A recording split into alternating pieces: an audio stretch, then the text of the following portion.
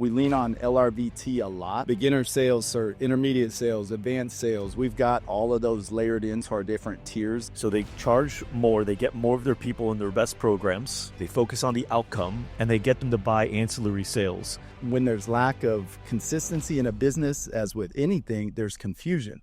In this episode, I'm here with Jeremy and Luis of The Collective in Gilbert, Arizona. Now, this gym has gone from about $40,000 a month in revenue to about $100,000 a month consistently in just a few short years. And what we're going to do is actually take you into GSDCon, one of the events that we've had recently, where every event, we actually have a few sessions, every event called One Major Move. And it's where we get about 3 to 4 different gym owners within our mastermind to come up and share one thing that they believe contributed most to their recent success.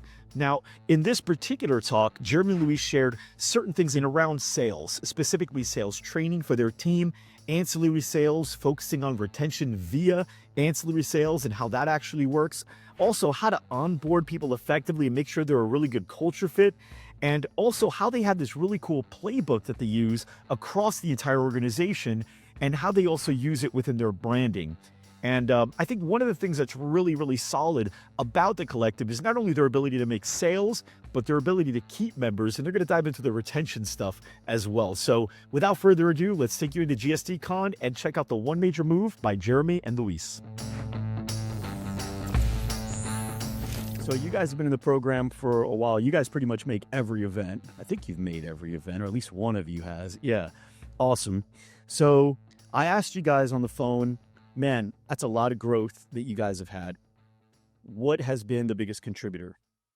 When I asked you guys that, you said consistent sales training process and focus on ancillary sales. So let's talk about your sales training process. What does if I come to work for you guys and I've got a role in sales, what does that look like for me? Just like any team member, we start with our onboarding. We talked about it earlier, right? The importance of having culture. Like, you got to hire for culture. If someone's come to our want to be on our team and they don't want to get 1% better every day, they're not going to be a fit, right? So going through that initial onboarding, that's where we start training them on all our processes. We lean on LRVT a lot as far as the video platforms. Beginner sales, or intermediate sales, advanced sales. We've got all of those layered into our different tiers as far as our, we call them our first impressions team.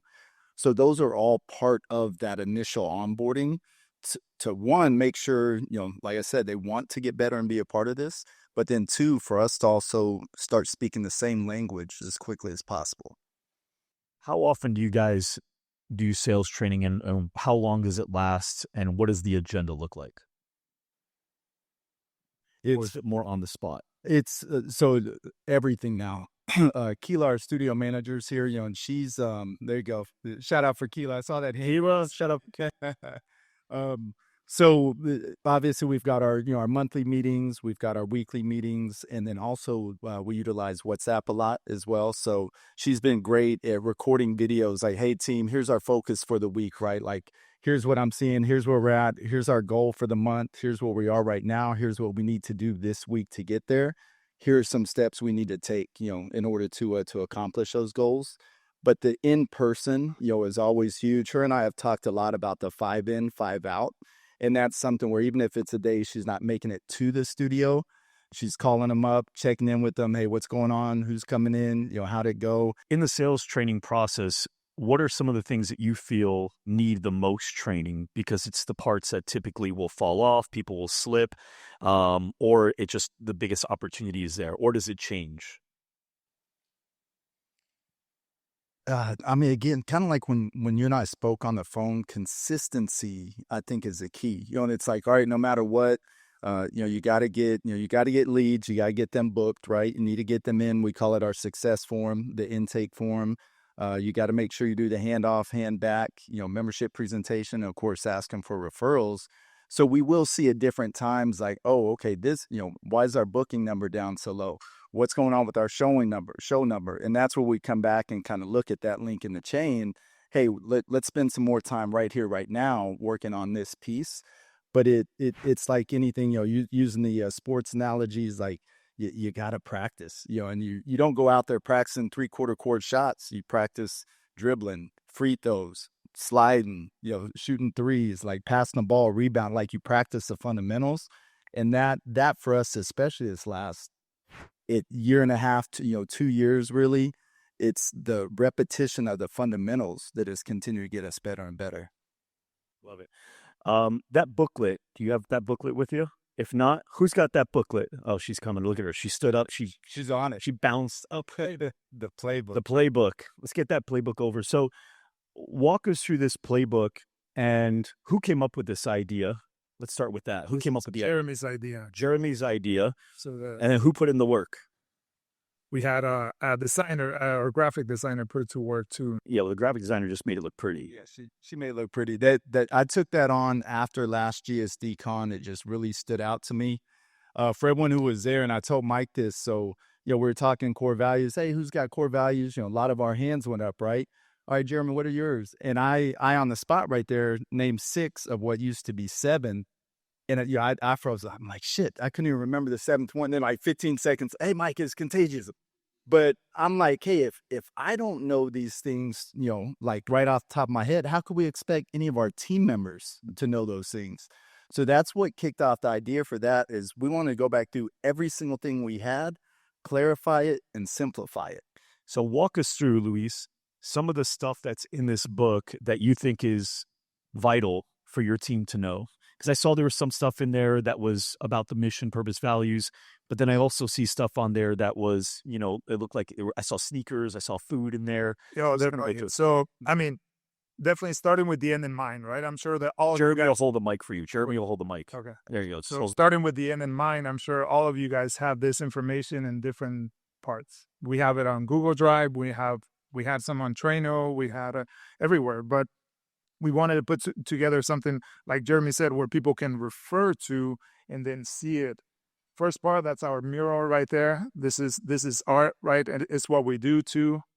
It's literally painted on the outside. On the outside of our building, right? And if you guys don't know, what you guys do is art, right? And we're doing it for other people, and it's the service. So in here you have a welcoming part of it. It goes through our purpose, which we touch on today. It goes on purpose, brand promise, unique value proposition, our core values that drive the behavior that we're looking for, our elevator pitch. Still got to memorize that one. We just changed it, just made some updates. You're not in too many elevators. Yeah. Not you have a 2-story building. I'd say it was stairs mostly. Yeah. So catchphrases, this is solid. I mean, this is the behavior that we want as well. Just as important as the core values. There are small ways to communicate with our team. Both catchphrases and core values are something that we bring through our conversations. Well, what's an example of a couple catchphrases? Yeah, let's go. So we got OAD. You guys heard of OCD? Right? That sounds kind of negative. OAD is obsessive attention to detail. It's a spin on that OCD.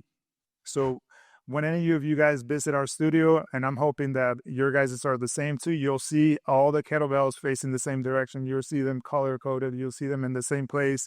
And then, or you'll see me arranging some of them after my workout if you see me in there. Do you say OAD somewhere? Like, is it said in the... It doesn't, but it's something that it's engraved in all of us. I mean, we're communicating, and our coaches do a phenomenal job as throwing these catchphrases even when on the workout. So clean as you go, OAD guys, OAD. Let's put everything together, right? So that the place is collecting the dots and connecting the dots. I think Macafora, you Cowboys fan, right? Isn't he? Cowboys fan? Is he a Macafora Cowboys fan? Yep. This guy, I think he's a Cowboy. Cowboys fan. So if I want to collect the dots as I'm meeting Matt, where he's coming in for a workout, I'll tell him that, hey, Jeremy's a Cowboys fan. And what would I do next? I'll just walk away, and then these guys will be talking there for 30 minutes. So there's 20 of them. The biggest one at the bottom is raise the bar. So that's our thing. How do we, Mike just said earlier, we got a bigger boat, right? So how do we make sure that that bigger boat stays healthy afloat if we're not raising the bar? As Danny said, we're value stacking the heck out of every single thing that we do. Everything, right? How can we make it 1% better? How can we make, this is going really good? Well, let's come back and double down on that one, right? That's what we've been doing in the last year. And with this, as I said, thinking with the end in mind, what are the things that are working really well for us, and then making them better. So we have our methodology, we have our class types. These are all things, right, that our team should know really, really well. Our class types, methodology, we have, that keeps on going. There's a few. As a reminder, they're not part of a franchise where this was given. They put the work in to get this done for them. That's a The biggest thing for you, and part of the reasoning too, is so our team would all be speaking the same language. You know, even though people may have been saying everything they were saying was good, if we're talking about a recovery program, oh yeah, I mean the water's really cold, Mike, but don't worry, it's gonna make your knee feel better. And then someone else, oh yeah, we study, what Huberman talks about. We use his protocols, and we say 12 minutes a week in the cold, gonna release dopamine. Like everyone's saying good, but when there's lack of consistency in a business, as with anything, there's confusion. And the last person you want to be, people you want to be confusing are members or potential members. So this is like, hey guys, like here's our playbook. Here are the plays that we run. And we went as far as telling the team, we've got them. I was telling Mike now, this came out, just a couple weeks ago, and we already reprinted iteration 2 on Thursday and just got them out to our team in 3-ring notebooks, so we could pull things out and make replacements as opposed to having to change the whole thing. But everyone's playbook got their name on it. We let them know, hey, if for some reason you're not a part of the team at some point in time, this is company property. Like, we expect this to be returned. So not just here, guys, we printed this out, staple it, take it home, look at it. It's like, no, any meeting, you bring this with you. Whether you're on Zoom, in person, have this with you. It's part of being on the team. I was just going to say, one of my favorite things is, especially as we move into a new place, there's a thing that says it starts with chaos, right? If you have something new, if you have something new, it starts with chaos. From chaos comes confusion. From confusion comes clarity, which is where we're at. They say that you get mastery. I don't believe in that. We're all going to be aiming for mastery, right? But this is part of clarity for us. So how do we make it where people are clear on everything? Even this part right here that Jeremy put in here is our compensation plans for our psycho coaches, first impression coaches, and strength coaches.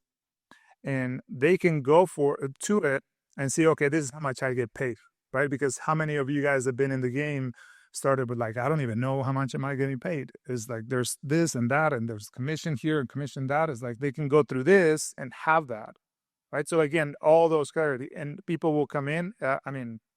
Papers will come in and out as we change something. But if we do change something, they can refer to this, and it's going to take time. This is just the start, right? This is where we started. However, it's going to take time for them to adapt to it. I believe Scott mentioned something that, hey, we can say something around, hey, look at the binder and see what it says if they're asking a question, right? Now, you have member avatars? Yes. Do they have names? We have a few. We don't have a solid, man. I wish I could tell you we have a solid, but we have an executive athletes. You've got them. That's one. And on top of that, you guys charge more than I see other competitors charge. What's your price range now? $49 to $59 weekly. Mm-hmm. Okay. And ancillary sales, what percentage of your revenue comes from ancillary?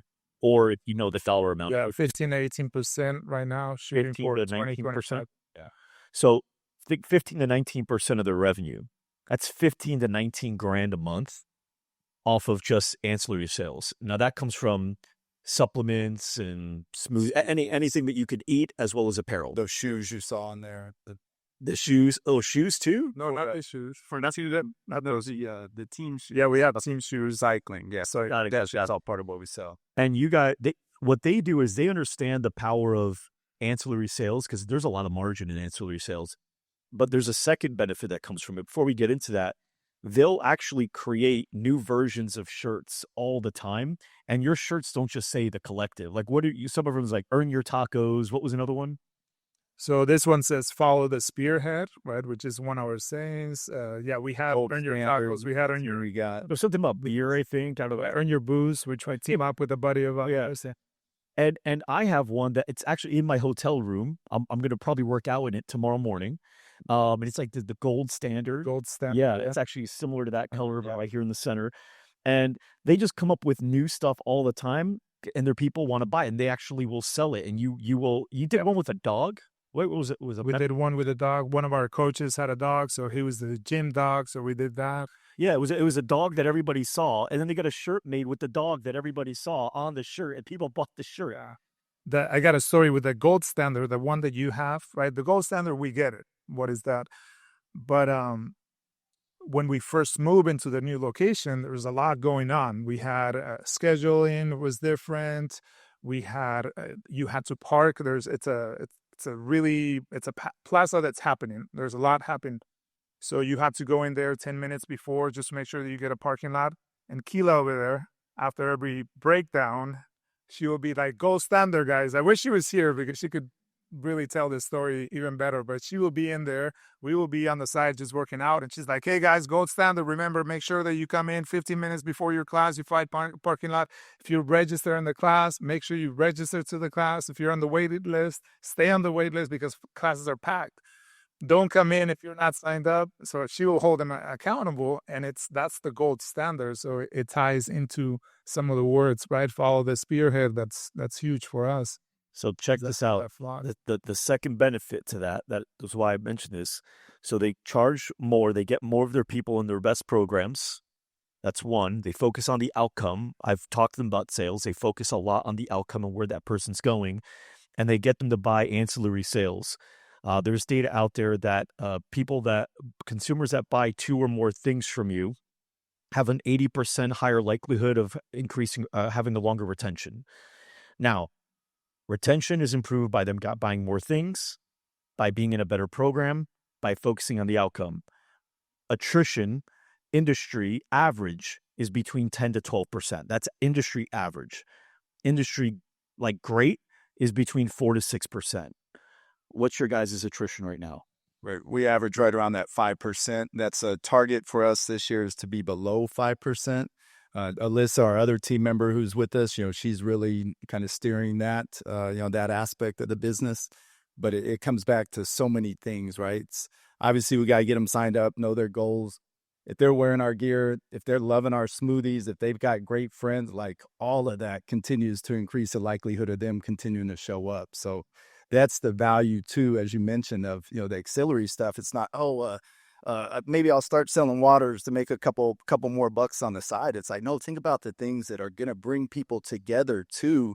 I remember one of the first times years ago driving out in Gilbert, and I look up and the car in front of me had a sticker on the back of it, and it's functional fitness. I'm like, damn, like that's pretty cool. That's our company. I don't know whose car that is. I don't know who's driving it, but that's pretty cool. So yeah, all those things just continue to tie people to your brand and tie people to the community in general. I love it. Pretty cool, right, guys? Yes? All right, big round of applause for Jeremy and Luis.